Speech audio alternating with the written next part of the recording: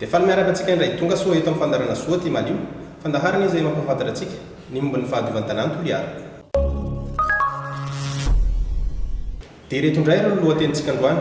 Ny voalohany dia ny fanatanterahany tetika sapasady 3 fambolena zanak'azo teo amin'ny sarodrano amin'ny fandraisana anjara amin'ny andro eran-tany entina miady amin'ny haintany. Ny manaraka izay ny fampizarana momba ny outil suite no karakarain'ny tetika sapasady 3 ho an'ny commune urbaine sy ireo mpiara-monina antoka hafa. Ny fahasivambin'ny folo jona 2024 lasa teo dia nanjay anjara tamin'ny fankalazana ny andro eran-tany entina miady amin'ny haintany ny tetika sapasady 3 tamin'ny alalan'ny fambolena zanak'azo natao teo sarodrano no nankalazana izany andro izany. Efa misatsabetsaka manome fitenenana ary miarahaba koa ny vaovaka rehetra eto amin'ny fokontany sarodrano. Ny anarako moa andriamasoa monsieur Ifinsteny premier adjoint eto Saint-Augustin. Mizahay ato amin'ny commune Saint-Augustin izay anisan'ny fokontany ao aminay fokontany nataontsika fambolena hazo sy zaly androany ty. Io dia tena zavatra mety aminay ary makasitraka zahay ary misaotra betsaka anareo tompona anjaikitra voalohany amin'izao fikarakarana zao fa tena mety aminay tokoa fambolena hazo ary hiezaka zahay hiteny amin'ny vahoakanay ato io hanatsara an'io fa tena mety aminay io fa miaro fasika tsy hinana tsy handemboka ireo trano maro loha. Ny anarako zao dia Andriamatoa Kary Maurice chef fokontany sarodrano.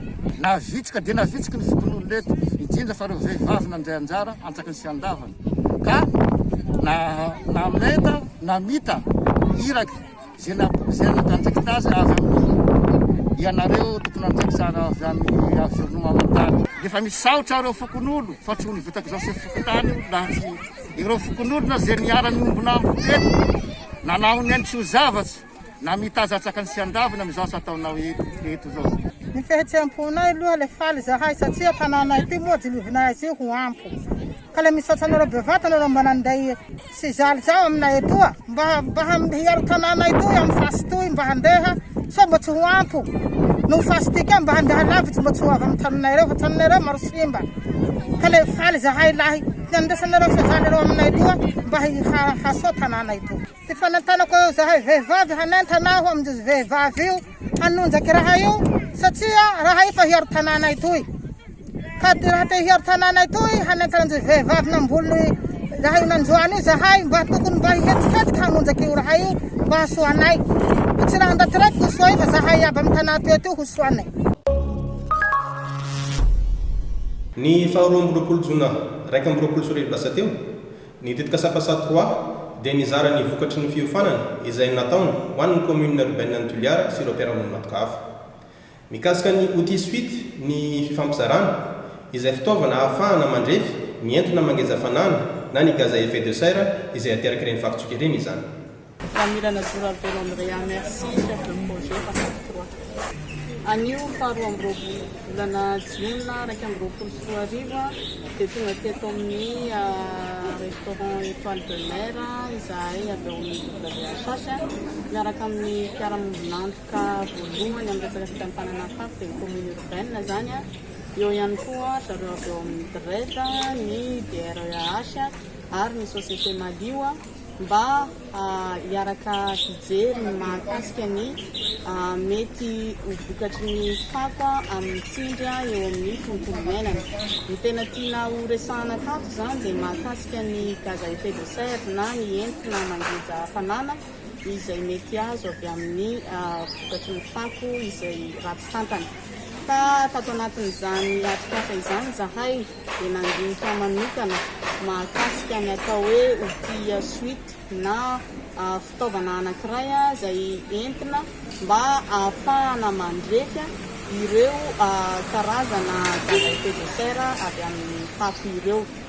Dia izahay moa zany niaraka tamin'ny tompona andraikitra avy any Antananarivo Madame Fanja izay point focal ny CCAC eto Madagascar ao amin'ny ville Antananarivo izy no nampiofana ny ekipan'ny VHH ary ireo vokatry ny fampihofanana no nentina zaraina tamin'ireo mpiatsehatra nandritrin'ity atrikasa ity.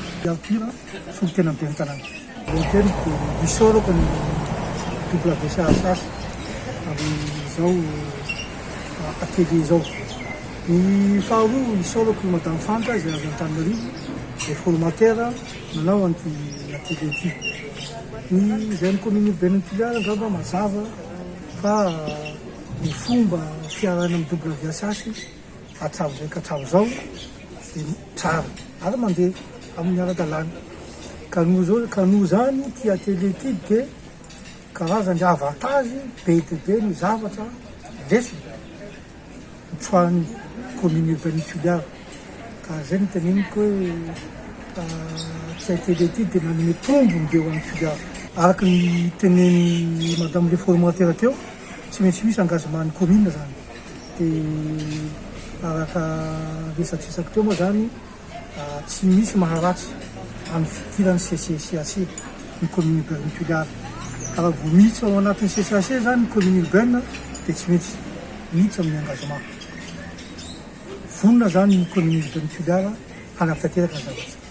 Madame Faza, point focal ny CCAC amin'ny tanàna Antananarivo. Noho ny fampiasana ny zavatra lehibe zany ho an'ny tanàna Toliara, ny fampiasana ireo fitaovana izay ilain'ny CCAC handrefesana ny fanoton'ny tontolo iainana vokatry ny fitantanana ny fako ao anatin'ny tanàna anankiray. Dia tombontsoa lehibe ho an'ny tanàna Toliara ny mahafantatra hoe manahoana reny fitantanana ny fako eto Toliara, mandeha sa tsy mandeha, mitondra fahaloton'ny tontolo iainana ve sa tsy mitondra. Vokatra ny fampiasana izay fitaovana izay dia eo zany ny tena tombontsoa anazy satria fantany amin'izay hoe haikay le zavatra ry ny fako miandrona ry, na le fako tsy voaroaka ry, na le fako tsy voataona ry no mahatonga fahaloton'ny tontolo iainana eto amin'ny tanàna Toliara. Dia izay indrindra no mampirisika ny tsirairay na ny tsirairay na ny tantana tanàna Toliara mihitsy handray fepetra manokana, satria ny fahaloton'ny tontolo iainana amin'izao fotoana izao no tena zavatra misy eran'izao tontolo izao mihitsy ary izay no mamaika ny CCAC ampiditra ny tanàna rehetra eran'izao tontolo izao raha mety ao anatin'ilay plateforme mba hijery manokana hoe inona no fepetra raisina mba tsy hitaran'ity fahaloton'ny tontolo iainana ity ka hisy ny changement climatique eran'izao tontolo izao. Dia izay indray ary ny mitindra mitoraka ity, mankasitraka anao nanaraka hatramin'ny farany. Amin'ny manaraka indray ary eto amin'ny fandaharana Soatia Malio, fandaharana izay mampafantatra antsika ny momba ny fahadiovan'ny tanàna Toliara.